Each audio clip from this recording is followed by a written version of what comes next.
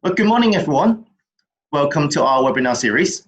My name is Kristen, Operations Director at Civil Service College. I am facilitating today's webinar. Civil Service College webinars aims to connect public sector colleagues in the UK and abroad with our expert trainers.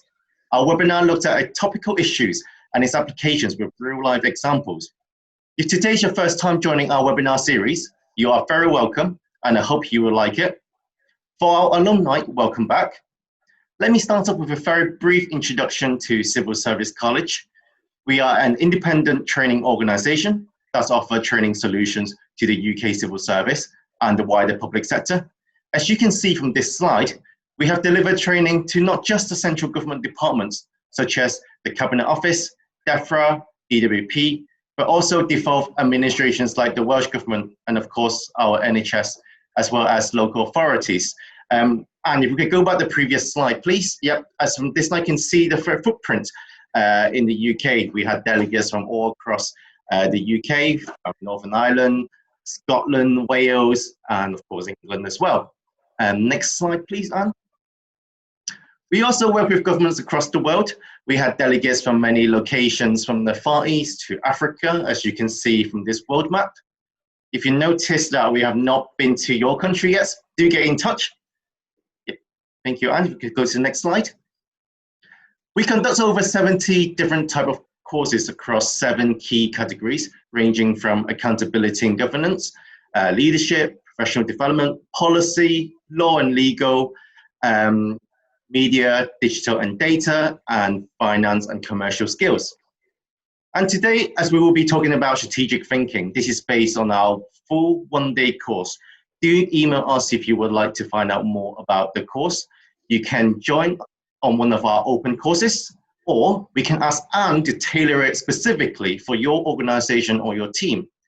For our international audience, Anne could also travel to your country, when travel permits, to deliver this type of training. Or at the moment, we can do it virtually. Thank you, Anne. We can move next slide. We're based in the heart of Westminster, right next to St. James's Park, opposite the Ministry of Justice. As you can see, Parliament is just roughly 10 minutes walk from here, and the Supreme Court is 5 minutes away around the corner. So please do visit us once this lockdown is over. Thank you, Anne. Now allow me to just cover a few more housekeeping notes before we start. Today's webinar is recorded. We will email you the video in a day or two. For your colleagues who are unable to join us today, please feel free to share the recording with them later on. Do subscribe to our YouTube channel so you don't miss out on any of our webinars and other learnings videos. Another housekeeping note, if you have questions for us, whether it is on tech issues or regarding this subject, please use the Q&A function at the bottom of your screen. We will try to keep this webinar as interactive as possible, so please do share your thoughts in the chat box.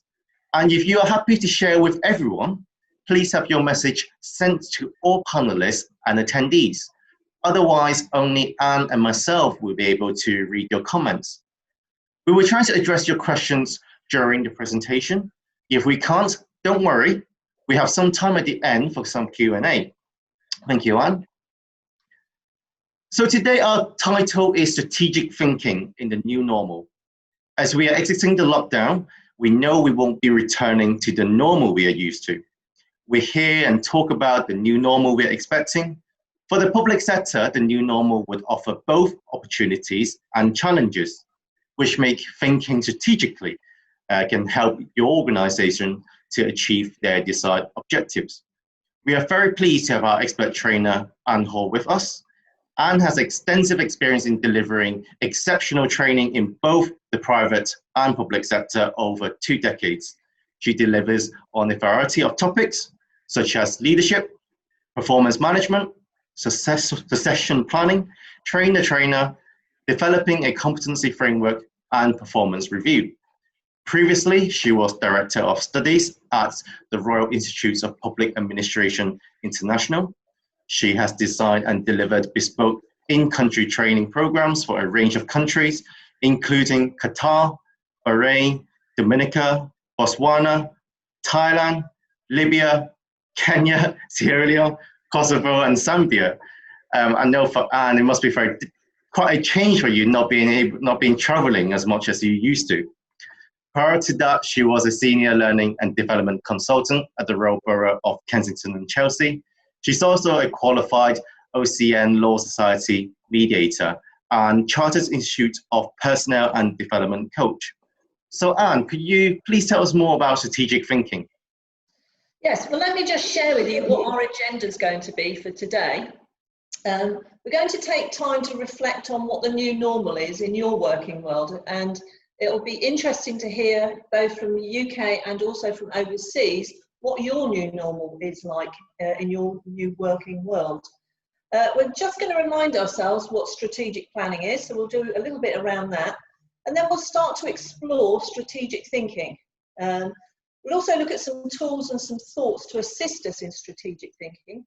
Now, we can't cover every aspect of strategic thinking. This is normally a one-day programme, or it's inserted as part of a leadership programme.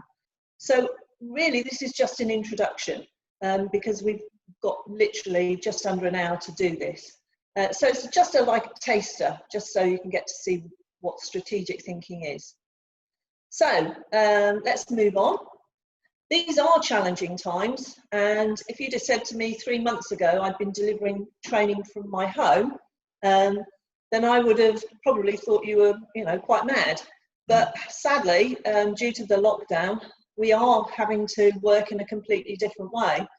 And so what I'd like to do is get you to think about what the new normal looks like for your organisation at present. So Chris, if you could open up the chat box so that we can get people to think about this. So I'd like you to think about what your new normal looks for your organisation as we're starting just very carefully to come out of lockdown.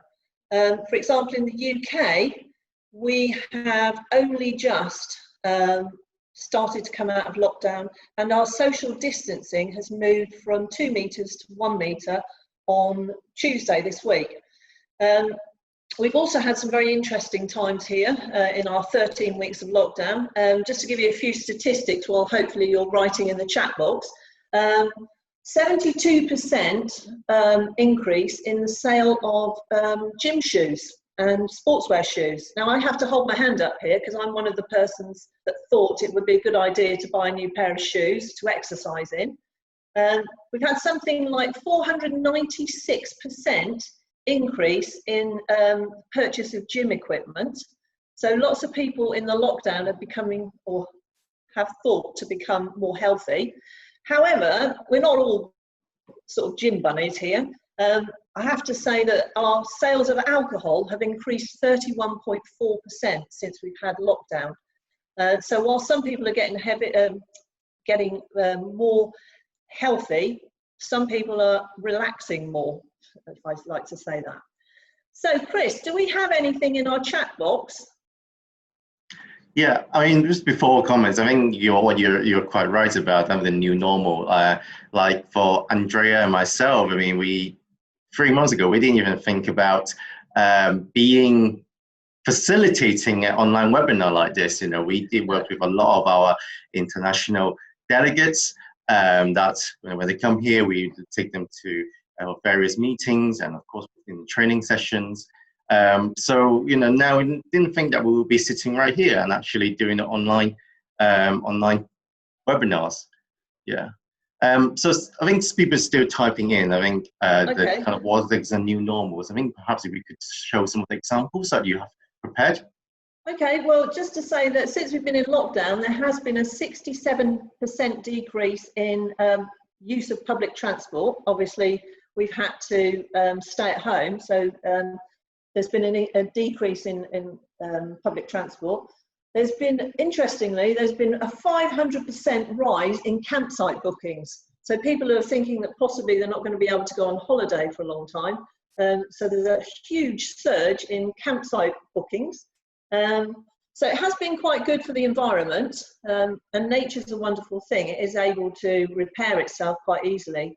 And you can see some pictures of pollution over some cities has completely decreased, which is a great thing. So there are some good things about lockdown. Obviously, there are many downsides to this lockdown, and it's a very unprecedented time currently.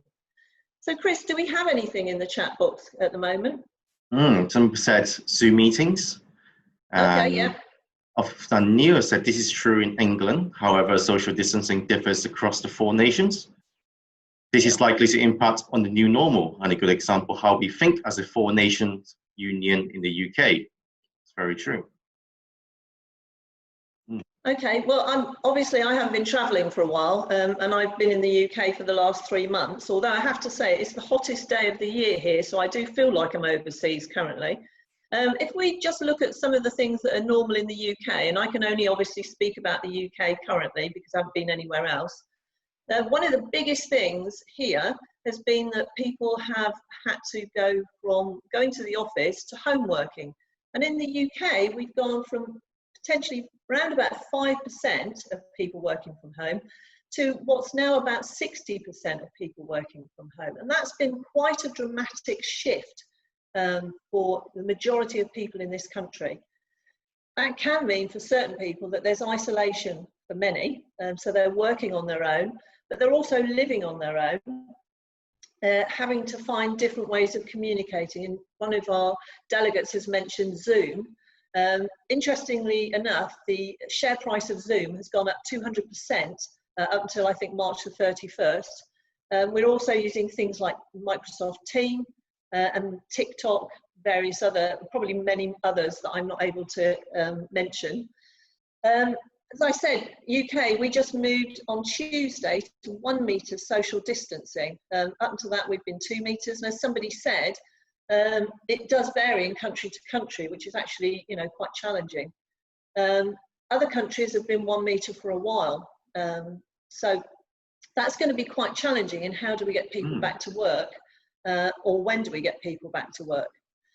The schools here obviously have closed for the majority of the lockdown. It was only open for key workers. However, many of the schools are starting to reopen, but people are having to homeschool and work from home, which is actually really difficult. And I think it's made many parents here realise what a brilliant job the teachers do. As you know, and I think that's a real sort of, recommendation to our teachers, both here and overseas. So in lockdown, no one was travelling, and there was a 70% decrease of petrol consumption by March the 31st. As in anything, some businesses will close, some businesses will reduce. We're having, on the news here today, they're talking very much about the aviation industry and what challenges it's having, and maybe, what challenges it's going to have in the future. And therefore there may be some, real difficulties with the aviation industry. Some organisations will change, and some organisations will actually prosper. So there's a gentleman here in the UK who's worked out that because we now have to wear masks on public transport, he's come up with a brilliant idea of making PPE, so the face masks, and he's put them in what looks to be like chocolate dispensing. So you can go along and purchase a PPE mask, and he's being quite honest about it. He's saying, these are fashion items, but here you go, here's a face mask that you can purchase just before you go into the tube station, and he's putting these machines just by the side of the tube stations, which is actually quite clever. So some businesses will prosper. For the new normal, for many people, there's fear of the future. We don't know what the future holds, and I hate to say this word because it's bandied about so much, but these are unprecedented times, so we don't know what's going to happen in the future. There may well be redundancies. There may well be, people losing their jobs or having to look for alternative employment. We also don't know if there's going to be a surge in the coronavirus cases. So that again is something that will be quite concerning for many people. If you look at the UK currently, there's huge talk about our economy being down, and there are real concerns about the recession. Some people, though, have been working, 100% plus, so key workers. So that's people who've been in the front line, so the NHS, doctors, nurses, cleaners, people like teachers, supermarkets have all been in the front line, okay, and they've been working at full capacity. So it hasn't, in fact, probably more than full capacity. So it's been very tough times for these people, having to travel to work, travel on public transport. We've got in the UK some 9.1 furloughed workers. Now that means potentially these people are not working. So they're still being retained by their company, but they're not actually allowed to work for their company. And so for furloughed workers, again, that's quite difficult because you don't know what the future holds. So will I have a job? Will I not have a job? We've all had to, and it doesn't matter which country you're in, we've all had to conform to what our governments have told us, and we've had to adapt as we've gone along. So the new normal is going to be constantly evolving and constantly changing. We don't know what the future holds for us. Yeah, and I think you're right. I think just Neil pointed out that earlier, I talked about social distancing. Actually, Wales, Scotland, Northern Ireland still maintains it to 2 meters. So even for us in the UK, actually depends on where we are geographically. We have different rules that we need to stick to, because that's why it's so important to really think about what would be the new normal would be. And also someone commented that they found out that they need to spend more time with colleagues than actually before, to keeping in touch with colleagues and ensuring their physical and especially the mental well-being is okay. This has added more pressure on managers. I think there's quite a lot of talk here about people's mental health and concerns around that. So yes, that is a real concern, I think, and that would apply, wherever you are in the world.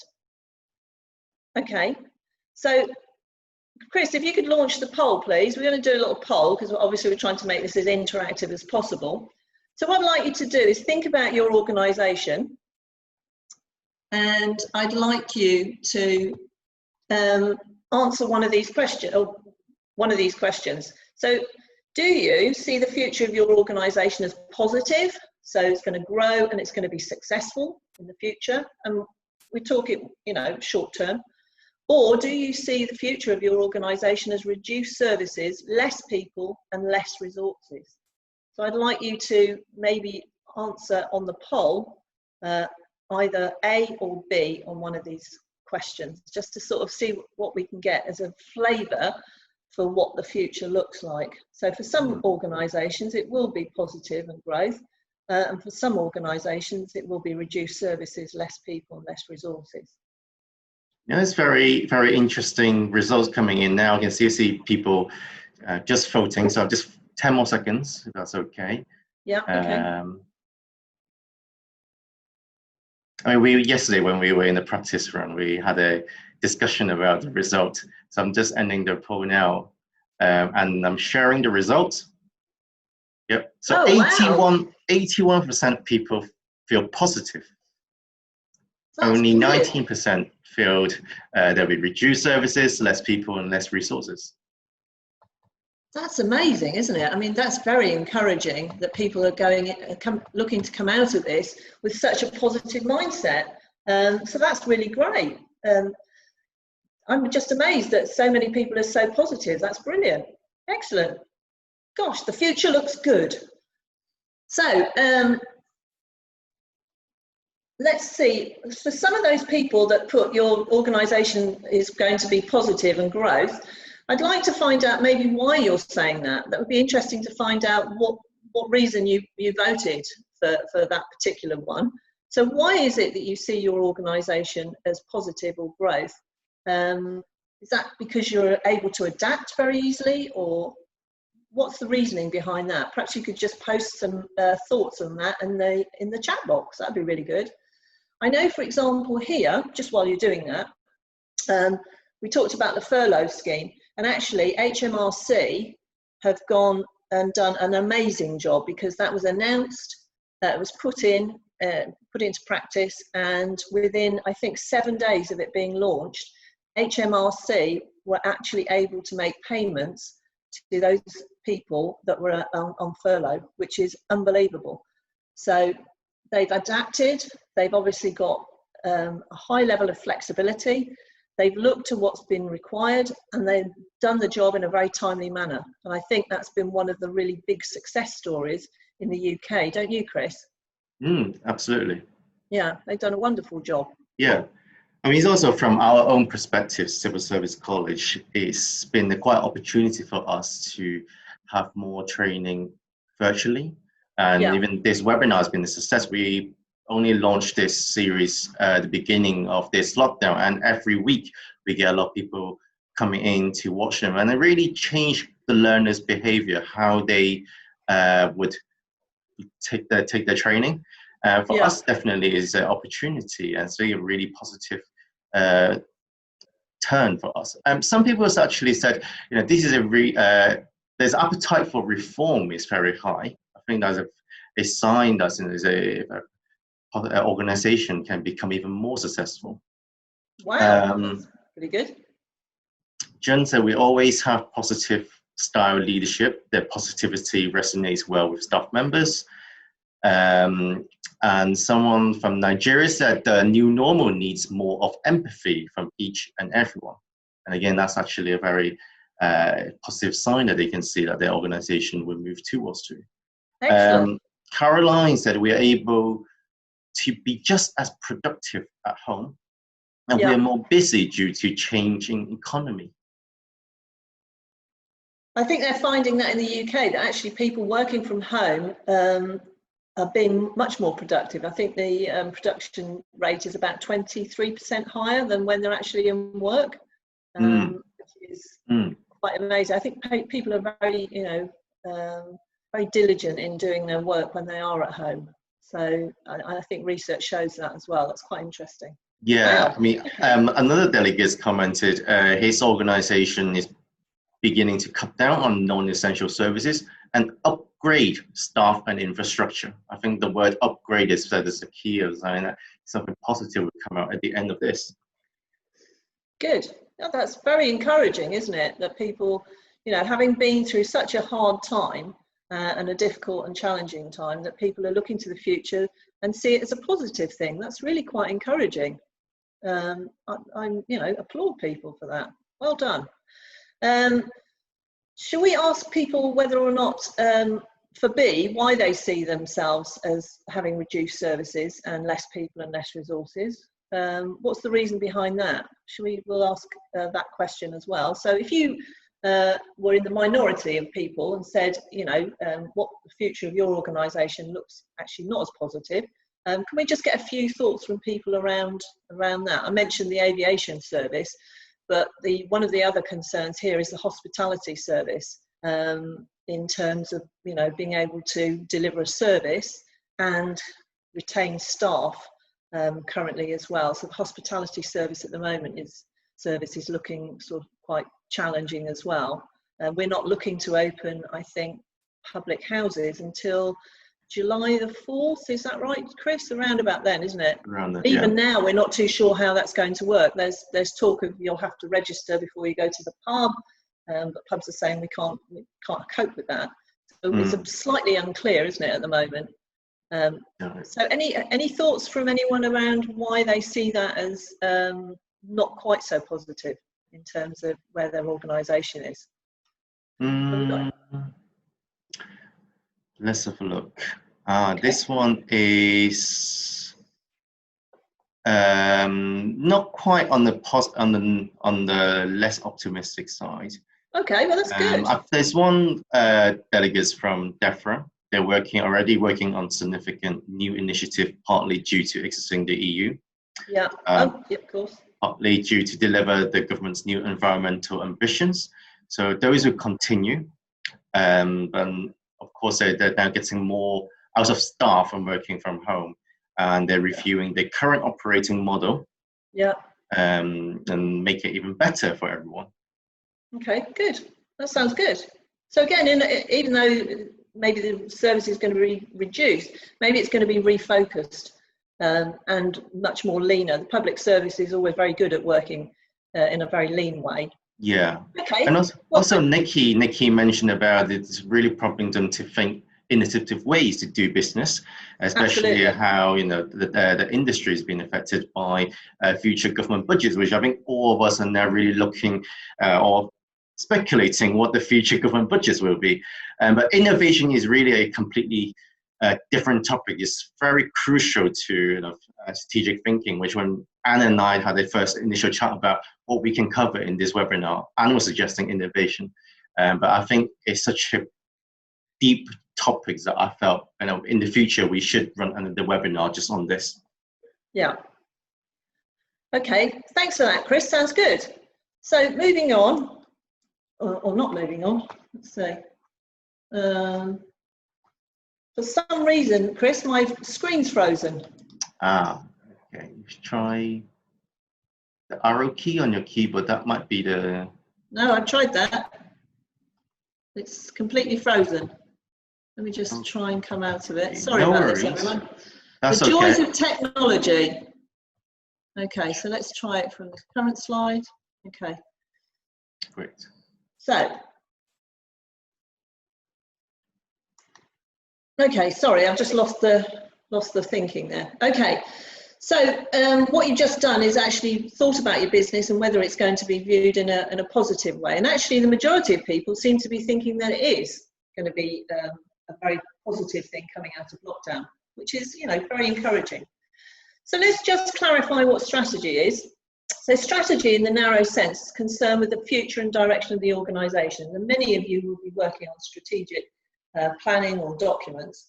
But in the wider sense, strategic organisations and leadership should be concerned with the delivery of outcomes. Public sector here is very, very focused on outcomes. So holding these two together means that strategy must include both the consideration of systems, context, people, management, communication and engagement. So just to clarify what strategy is. Give you a little quote. This is from Lusk and Burks, and they wrote Rethinking Public Strategy. And what they say is, there are certain features without which no public strategy can deserve to be described as strategic. Public strategy must be forward-looking, must be outward-looking, must be purposive, and concerned with the creation of public value. And I thought that was quite a nice quote just to sort of bring into our day. So strategy is a plan of action. Many organisations will invest in their senior management, maybe undertaking a retreat, taking them away once a year, and time to put the top team together or the top senior management team together, and they go away with a facilitator and they put the strategy together. The only problem with this is that many of these strategic documents are very, very well thought through. However, they're very weighty. So I've just done a leadership retreat with the top team recently, and when we looked at their strategic plan, it was something like 148 pages, and they were sort of complaining that people didn't really understand what the strategy of the organisation was. But actually, when you looked inside that document, there was a really great pictorial graph, which actually, if they'd have shared that with their staff on a one-page sheet of paper, that would have encased exactly what the organisation was about. And when we looked at it, I know they'd spent a lot of time doing it, but actually the real value was in the pictorial graph that they put to give that to their staff. So strategy is a plan of action. Strategic thinking is different to strategy, okay? So strategic thinking is the individual's capacity for thinking conceptually, imaginatively, deeply, systematically and opportunistically with regard to the attainment of success in the future. So it's an individual's capacity for thinking conceptually, imaginatively, deeply, systematically and opportunistically with regard to the attainment of success in the future. So what I'd like you to do, I'm just going to get you to do a little exercise if that's okay. So you don't need to go into the chat box for this one. I'd like you to just fold your arms as normal. Okay, so I'm just going to fold my arms as normal. So I put there, use the chat room, but I'm probably not going to do that if that's okay. So how did it feel for you? So many of you will have thought, what's Anne doing? She's gone mad asking me to fold my arms, because I don't even have to think about it. It's just something I can do. Yeah, automatic, don't even need to think about it. Next, I'd like you to fold your arms, but the other way. So I'd like you to fold them the other way. Now, if I was to ask you how that felt, you would probably say, well, I can still do it, but it feels slightly more uncomfortable and I have to think about it more. Okay, so we normally have a preference the way we fold our arms. It's much easier to do this. And in fact, I'm having to think quite carefully because I never ever fold my arms like this. So strategic thinking, in some people, it's innate, it's within them. Okay, other people can learn this. It takes more effort for some individuals. So when we crossed our arms the first time, you just did it normally. When we cross them the other time, you can still do it, but it takes a little bit more thought. So strategic thinking is like that as well. So some people, and it's interesting that one of our delegates said, I think it was from DEFRA actually, that they've had to think about things in a different way. So some of these strategic thinking skills are already probably being used as part of, you know, a response to the pandemic. So people are having to use their strategic thinking skills to actually make sure that the business continues. So some people will be doing this in the pandemic to the advantage of the organisation. So many people will be adapting in the way that they, you know, think and actually arrange their business. So strategic thinking is a mental or thinking process applied by the individual in the context of achieving success. So it's the ability to come up with effective plans in line with the organisation's objectives within an economic situation. Now, our economic situation might be reduced greatly in the future, but one of the things about the public sector is they're very good at working with less resources. There's a very irritating phase if you work in the public sector. You've got to do more with less. And as we come out of this pandemic, it might be changed to you have to do even more with less as we go forward. So strategic thinking can help leaders and managers review the business policy, the issues and performance planning. They can also set goals and determine priorities and also identify risks and opportunities. And strategic thinking should be seen as a way of learning. Okay. Chris, have we got any questions or anything in our box at the moment? Anybody want to ask any questions, or is everybody No. just with us? Oh, okay. I think everyone is still following of the slides. Everybody's still following. Wonderful. Mm-hmm. Okay, that sounds good. So let's look at some concepts of strategic thinking. So the first one really is success orientated. So if you're going to do strategic thinking, the word success needs to be considered, and considered in the context of the usual meaning of the word strategy. That is, that there's some field of competition where the strategy exploits advantage and leads to a desirable outcome from the strategist. Now, just to give you an example of that, there's a manufacturer in the UK, I think, who was doing some very high-level couture dresses, gowns, etc., for some very top-level luxury brands. And obviously, they couldn't continue with what they were doing. And they looked to switch from doing that to making PPE for the NHS, which is amazing and very skillful because that's what's required. So they've looked at what's required, they've looked at the skills and the machinery they got, and then they've actually turned that into their advantage. And obviously kept jobs and obviously helped assist with the pandemic in the NHS as well. Strategic thinking needs to be future orientated. So a strategic thinker does need to take into account the past, the present, as part of the inputs for considering the future. So quite quickly in 3 months, we've learned an awful lot of things. If you'd have said to me, I'd be talking about social distancing 3 months ago, I wouldn't have known what you were talking about. I've never heard that term. So we have to look at the past and we have to look at the present to consider what's going to be for the future. And as we know from our previous discussion earlier, the future actually for 81% looks pretty good, which is really encouraging. Cognitive.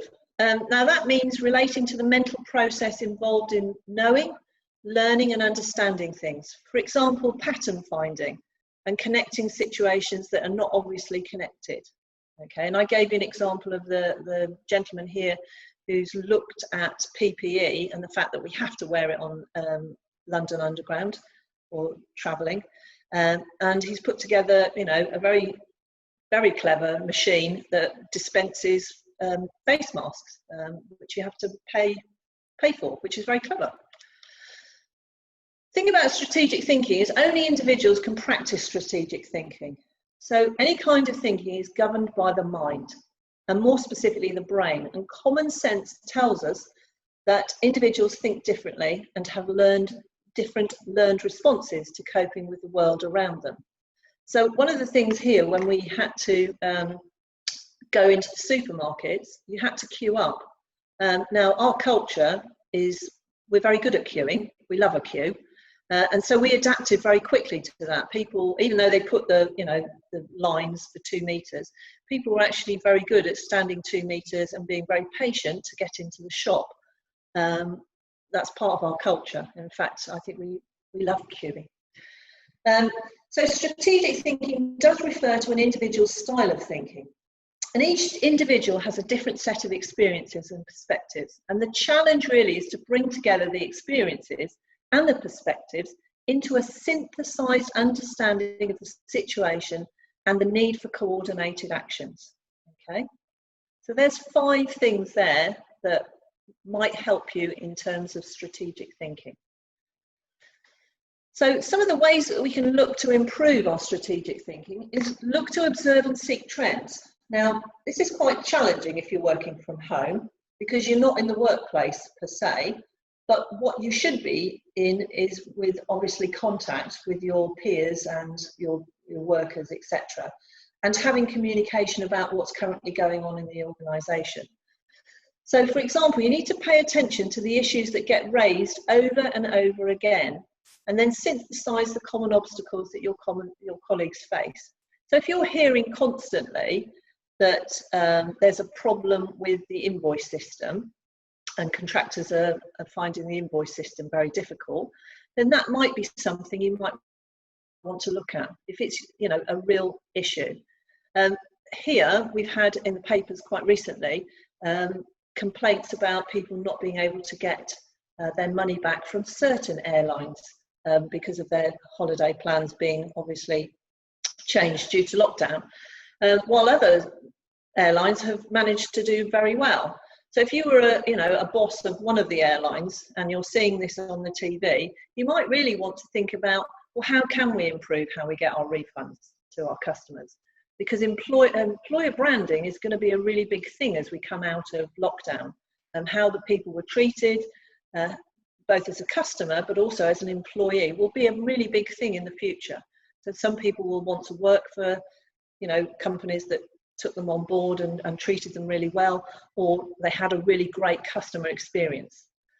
So listen to those things that are going on in your organisation. If you're hearing them, then you need to do something about them. Another way you can improve your strategic thinking is about being proactive. So connect with peers, both in your organisation and externally.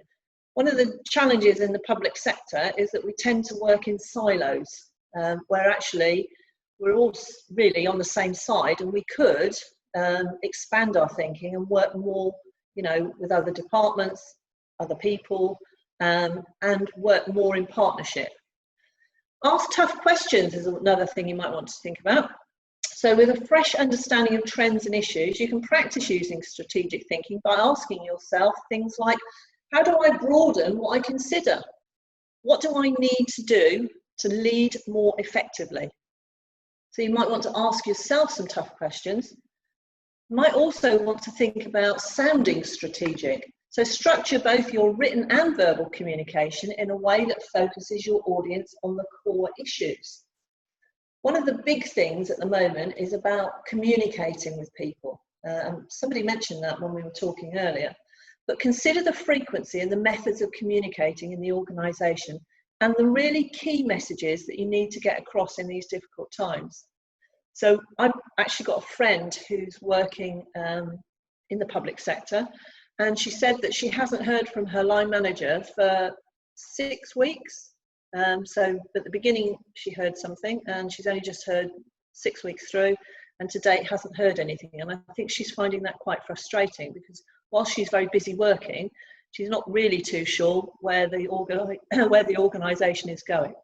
So again, you need to think about communicating in the organisation and what are the key messages.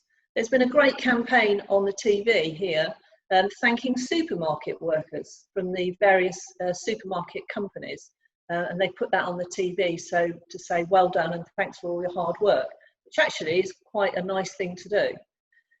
You might want to also think about being curious, asking questions. Ask yourself questions like, what are the strong, dependable areas in the organisation? And again, somebody said we might have to, or we're thinking about reducing our services because we don't need that. And that may be the case in the future. The biggest thing about strategic thinking is it takes time. Okay, it's not something you can just switch on and off. It does actually take a lot of time. I've just done a leadership retreat, and we were talking about strategic thinking. And one of the challenges that the senior members of this top team had was that they're so busy doing the job that they don't really have time to think strategically. And one of the things we did on our retreat was I literally asked them to go for a walk on their own for half an hour and then come back to me, just to really give themselves some time and enjoy the environment that we were in, and just give themselves a little bit of me time to actually think things through.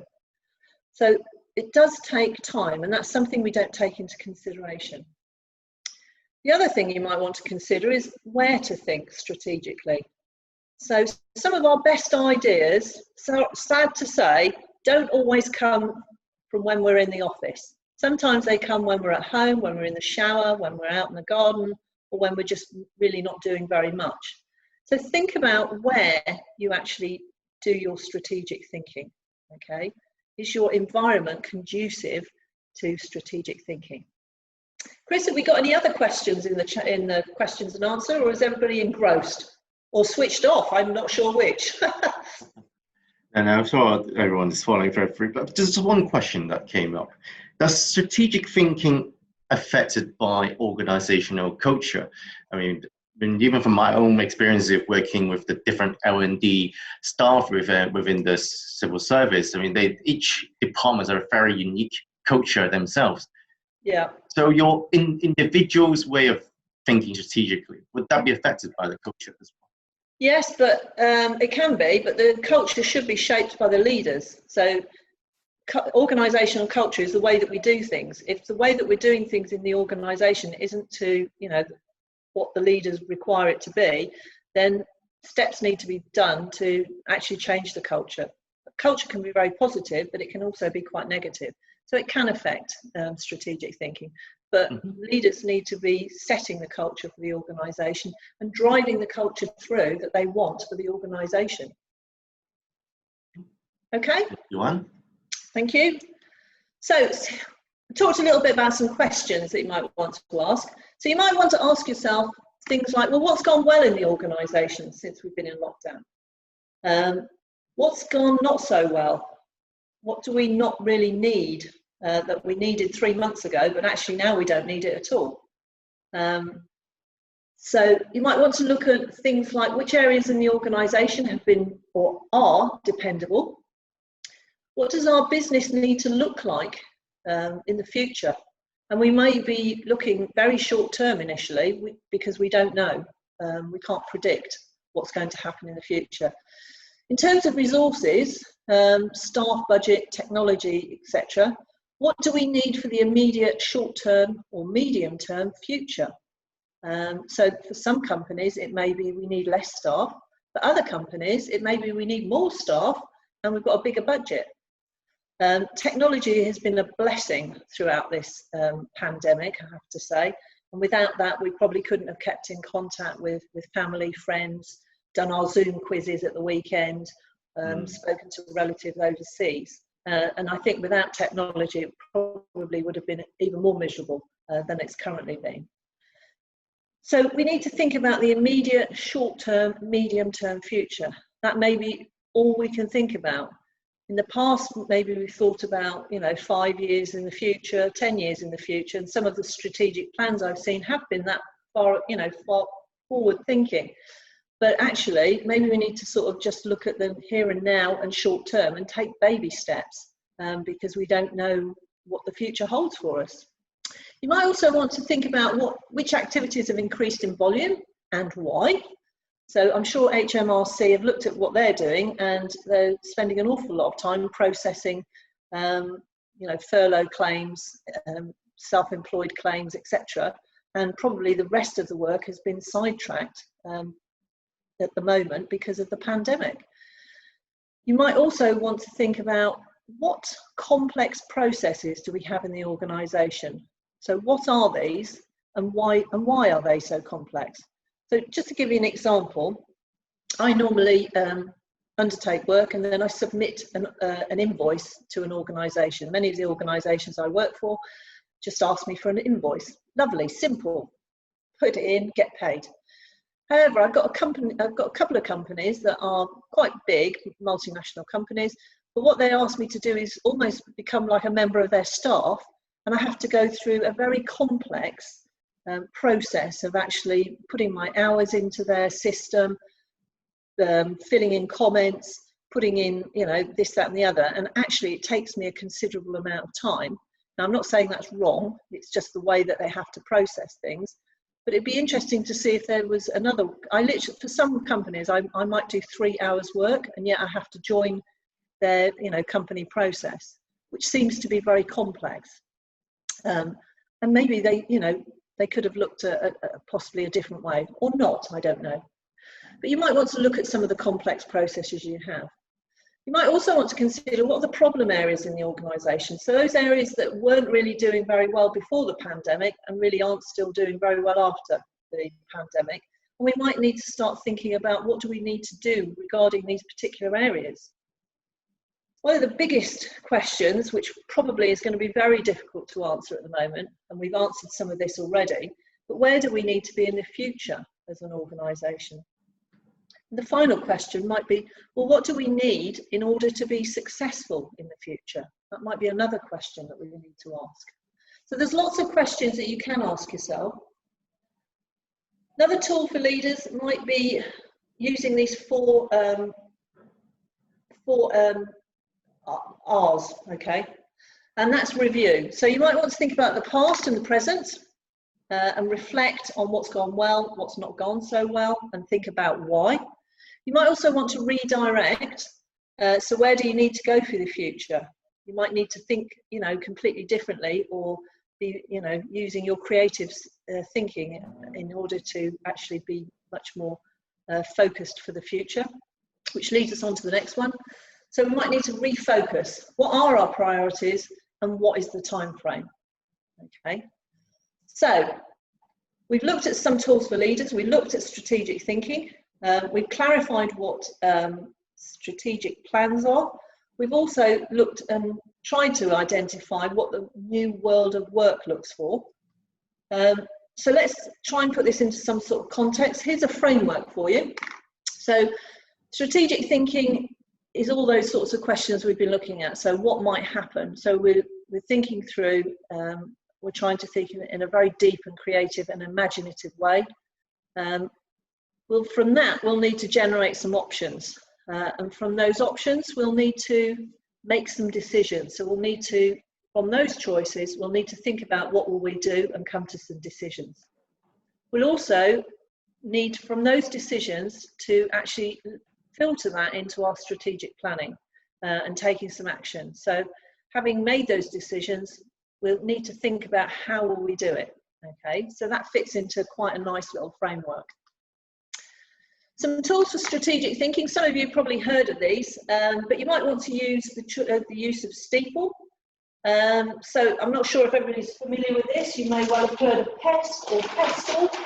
Okay, now I'm going to go and give you the first three. Okay, so while I'm doing that, I'd like you to just concentrate on the final four. All right, and I'll talk you through that while you're just very quickly doing that. So you can use STEEPLE, which is an acronym, and I'll share with you the first one. Okay. So the first one is socially. So we can use this tool thinking about globally. We could think about organisation. We could use it to focus on our department, or we could use it on our team. We're going to use it globally, okay, because we've got people from all over the world here, all right? Chris, can I just check, can you see what I'm doing? Barely. I think if you bring it closer a little bit, that would be good. I mean, alternatively, we could also take a photo of what was written at the end of the webinar, and then we could email out to everyone. Okay. Just in case some of you can't read it from your angle, then we can also send a picture of it afterwards. So socially, the next one is technology. Okay, so socially, technology. I'm going to use the next one for economic. Okay. So socially, technology, economic. Have we got anybody in the chat box with some ideas what the rest of the model is? Or not yet? It's people. People? Well, that's actually quite a good one. It's not people, but I'm thinking maybe we might have to add another one in. That's quite good, actually. The P normally stands for political. Yep. Nanine said environmental. Oh, well done. Who said that? Nanine, Becky, so Bethany and Nikki. Well done, you three. Okay. Have we got anybody with the L? Legal? Yeah, well done. Whoever got that, well done. And the final one that's been added, which is quite interesting. Have we got anybody got the final E? They probably all know it, but they can't type fast enough. That's probably what's happening. Emotional. It's very, very interesting one. That's interesting. I mean, emotional go very, really related to the people category. It would actually. Yeah. There's an idea for a new model I'm getting in my head now. The final one is ethically. I think it's very, very important for everyone who works in the public sector. Yeah, absolutely. So that's been added in. So as I said, you can apply this tool in a number of ways. You can think about it globally. You can think about it for your organisation. You can tune it down into your team or your department, and you can, use it as a brainstorming session, or you can do it on your own. All right, but it's quite a useful tool. You might also want to consider getting yourself a mentor or a coach. So somebody that you've found particularly good at strategic thinking, that maybe has the vision or it's innate in them, and you might want to think about getting them as a mentor or a coach. You can use a range of questions, and I've given you some of the questions already, and just become generally more curious. You might also look at scenario planning, which is a way of considering possible futures in order to help us develop relevant strategies and anticipate possible obstacles. One of the other tools you might want to think about, so on the one-day programme, Strategic Thinking for Leaders, we use a strategic thinking tool, which is actually very focused on enabling you to work through particular areas and enable you to hopefully think through what your organisation needs to do in the future. We also use an organisation reflection tool. Now, obviously, I'm not going to share these with you because these are used on the programme, and as I can see, we've only got 5 minutes, and I would like to take a couple of questions if that's okay. But if you were to join the strategic thinking for senior executives, then these would be the tools that we'd use as part of that day, or you might want to think about including them into your strategic leadership training and bespoke courses, which obviously Chris is able to actually take you through. So we've actually come to 5 minutes, I think, just before the end of the hour. Chris, do we have any questions? Let me unmute myself. Earlier, there were some questions. I mean, one of them was, what are some prompts you can give to your staff to think strategically in their everyday work? I think we should have provided a very good list of questions that I hope that answered your question, Alex. Neil commented, yeah, the office culture is not the best environment to think strategically. Yeah. I think we have seen in the private sector a lot of large corporations been thinking about changing the way the office is being used. So rather than being an office, becomes more like a meeting place, Yeah. for encourage collaboration. But what, in your opinion, could we do to change the office culture to help people to think strategically when they are there? Because not everyone can work from home. I think that's the assumption that for 3 months we can make it work to a certain extent, but for the long term, not everyone can do that.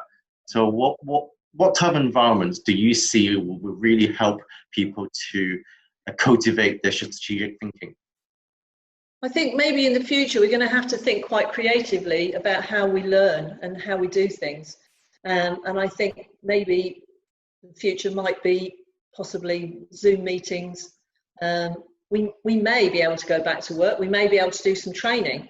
And I think thinking about a particular environment, I know the top team that I work with, they're an anti-corruption agency, and they find that they can't do any of this in the office because they're just inundated all day. And so what we've been doing is actually taking them away from the office to somewhere not too far and not too expensive, that just enables them to have time together, because they never have time together. So again, we might still be looking at things like retreats, short leadership bursts, maybe over Zoom, and maybe by actually, changing the environment. I'm not sure what the future holds in terms of, how we're going to do things, but one of the things we've been really good at is just adapting. I agree. And I think the more the leadership consults with their staff to see what really works for everyone, that hopefully can come into an agreement of what their future office will look like. I mean, earlier you talked about leadership retreats. I mean, that's really involving just the senior managers. Delegates just asked, how can we get the management to adopt strategies of a younger officer, or even potentially a junior officer? That's a very good question, actually, and that comes up a lot on a lot of the leadership programs I do, because obviously the workforce coming up is the younger people, and I think it's good that leaders need to sort of recognise that young people coming up have got different experiences, different knowledge, maybe different skills, and actually they should be working with and tapping into and looking at sort of talent management, succession planning, all those sorts of things, mentoring and nurturing those individuals, and communicating with them. And that's to do with the culture as well. So making sure that we tap into that fantastic resource that's up and coming in our workforce. Thank you, Anne. Thank you. And someone asked, earlier you mentioned that strategic thinking takes time, and we need to really spend some time to cultivate these skills. Does it mean that the more you start asking yourself these questions, the faster you can think strategically? It depends on the individual. But one thing we do need to do is sort of maybe look at what we are currently doing at work. If we're too busy doing, so what I find a lot of, particularly with some of the leaders I work with, is that they're too focused on the detail and they're not thinking about the bigger picture, the longer term. So maybe, just reevaluate where you currently are and think about, you've probably got very competent people that can do the job, and your job as a leader is to start thinking strategically. Thank you. Okay. Just mindful of the time, someone asked, this is only one pandemic. Should we change the existing ways of the way we work? This should pass, right? That's an interesting question. I mean, I think we will be looking at changing the way we work. It's a very unknown sort of world we're stepping into at the moment. and for some people, they're not going to be going back to work until maybe September or October. I've got quite a few friends who've been told by their companies they're going to work from home until at least October. So I think we just have to sort of adapt and be creative in possibly, you know, how we look at the world of work in future. What we had isn't necessarily going to be what we have in the future. It's, you know, it's going to be hard, but it could be very exciting. No, absolutely. I think there's a lot of opportunities for us. Like earlier when we did the poll, a lot of people were very positive with what could happen to the organization. People mentioned that upgrading their staff, upgrading the infrastructure is very positive to hear those. And I mean, in fact, some of the public bodies we've been keeping in touch with, they said their staff are continue working from home until the end of this year. So I think the way we work, the way we think would definitely change for sure. Just mindful now, it's 11:30. I know some of you will have dashed off to your next meeting, so I'm just going to do a quick wrap up. And if I could move on to the next slide, please. So as I said at the beginning of this webinar, we run this webinar series every week, every Thursday from 10:30 a.m. So do sign up to our mailing list so you can get the latest updates on what other topics we'll be running. So next week, we are talking about emotional intelligence, how is an essential skills for leaders in a coronavirus world. We kind of briefly touched on emotion earlier, so next week we will have a dedicated webinar on emotions. Can I move to the next slide, please, Dan? Yep, so stay connected. We are on all social media platforms. You can get all our latest news either on Facebook, LinkedIn, Twitter, or even Instagram. For more educational learning videos, do go on to our YouTube channel and subscribe to our videos. If you want to know more about Anne's full day training, or even ask Anne to tailor something specifically for you and your team, do get in touch with us. Anne is running this one-day full-day course on the 13th of August and the 10th of November. So for those of you who want to get more out of it, do sign up for the one-day course. Otherwise, this is it. Stay connected, stay safe. Hopefully see everyone again very soon. Thank you. Thank you very much, Chris. Thank you, Anne. Goodbye. Thank you. Bye, everyone. Bye.